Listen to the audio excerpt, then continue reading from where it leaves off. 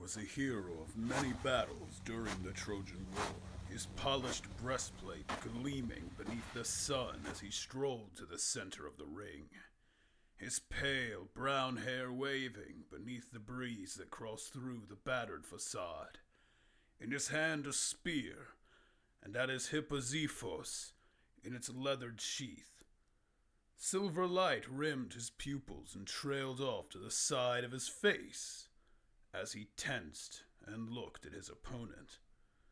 This opponent was a man from the Levant that stood a head and a half his better. He bore a curved giant scimitar with a bold tassel of crimson extending from the back. This giant also bore polished plate armor and a helm with its visor pressed up, his eyes deep brown in color, leering at his Grecian foe. The paladin Fierabras struck first, his slash cleaving the air and down into the ring. It met no defense and seemed to cleave through the Trojan War hero, a cloud of dust shooting down the length of the ring and parting against one of the walls at the far edge. It was an imposing display of strength. Yet, as Fierabras looked to the point of impact, he found no defeated foe. Instead, there was just a rut in the ground. So you avoided it. How interesting. Behind Fierabras, Diomedes stood, spear readied in his grasp and eyes staring intently. Yeah, I did. You telegraphed it. Oh? Fierabras twisted around and swung again, his hefty blade cutting through the air. Diomedes moved under it and pressed in, his sandals digging into the sand before thrusting him forward. And that was another easy attack to counter. His spear shot forward, the air around it creasing and splitting.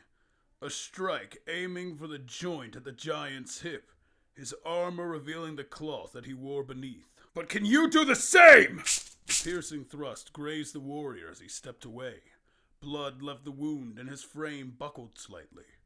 Diomedes allowing momentum to take him away into the back of his foe.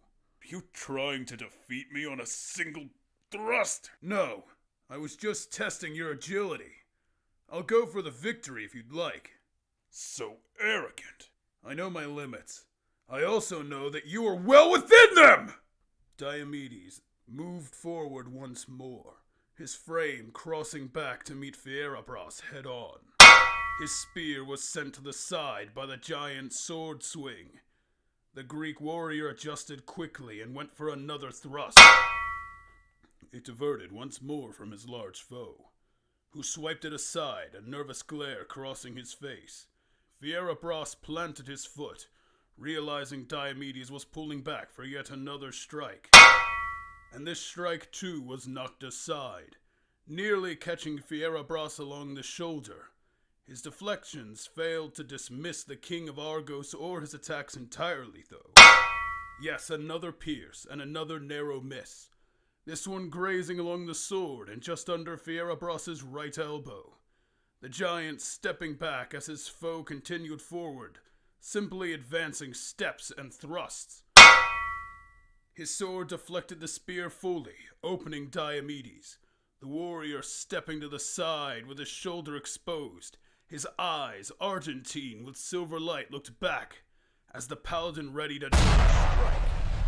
Diomedes moved around it carefully, thrusting his spear forward to create greater distance between the two. The spear tip was thrown down, and he looked up to find his foe's sword cutting straight for him, a blow intended to take his head.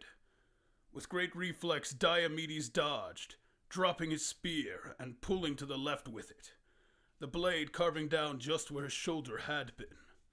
Its tip met the ground and sent a cloud of dust skying. Having failed to land a blow, however, Fierabras was forced to step in for another attack. This, a heavy swing thundered down upon the shaft of Diomedes' defending spear, pushing the Trojan war hero into a hunched-over position, his muscles straining beneath the giant's might. After landing only a single hit, you are the one stunned. Fierabras drew back again, striking down. The spear took the impact, the edge of the scimitar bending into the metal. Diomedes resisted beneath it with his eyes focusing upon his larger foe, and stress building along his muscles. Another heavy strike crushed down, Diomedes' knees buckling for a moment as the blade nearly left the shaft of his spear, his eyes remaining focused as he stood there. Your speed was impressive, but how long can you hang on? Fierabras struck so hard that the Greek warrior bucked again, his sandals sinking into the sand, the dust clouding up about his heels and through the air around his features. Is that all? Are you finished talking? What? Fierabras growled, his scimitar having cut deeply into the shaft at this point, nearly splitting it in twain. I said, are you done? You have been taunting instead of thinking about this fight. The way I move, the way I act, you just attack and attack. Is it arrogance or from a place of not fighting someone on the same footing? I wonder. You say that with such confidence. You lance my leg and think I'm defeated. And now on the defensive you say something so foolish. Everything I do is with the guidance of the gods, not foolishness. I should mention, I have beaten entire armies worth of soldiers just like you. These attacks are nothing new, and honestly you would barely register on the battlefields I've fought upon. You dare. With a gasp of frustration, Fierabras struck again. Diomedes disappeared from beneath the strike, the dust cast up spreading as if scattered to the wind. I do, because the opponents that really made me sweat came only when I was tired, or injured, or both. When I take my stand at full capacity and my mind is truly sure, not even war itself could draw fear from me. And the immortal war, the rouser Ares, born of the Aegis-bearer Zeus, was sent scurrying. Of the mighty here, only a few can claim such might, the ability to send even gods fleeing. And you are not one of those few. Diomedes spoke, his right hand throwing the spear forward. It turned for a moment into thin air, before arching forward like a lance of silver. Trailing it was the same enchantment that bolstered him on the battlefields of Troy. The same might that felled horses and riders alike. The same might that even the great Ajax could not out-wrestle. Pallas Athena, my patron goddess, I thank you for your boons of mind and sight!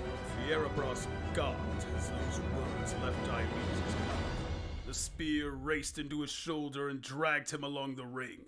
His armor buckled and tore as he was pinned against the wall of the arena, his body stuck in place as if every fiber could not continue. Diomedes pulled free the Zepho from his waist. Its tip gleamed and shivered with light, while his eyes, enchanted by the goddess Athena herself, narrowed. Now yield, warrior, and know that you have battled a superior foe. Continuing on will result in this sword plunging into your core. And unlike the immortal Ares, of whom I have bested, you will die. Fierabras looked on. In his years of battle, only Roland had mustered enough strength before him, and even that seemed like false comparison. The King of Argos carried an even weightier strength, something he could not match.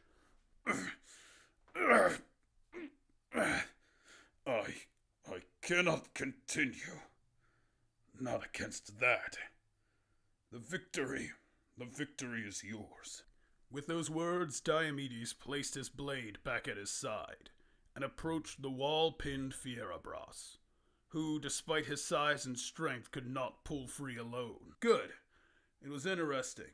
Now allow me to free you. In a single swift pull, the battered shaft of the spear was pulled free, and the paladin could move once more.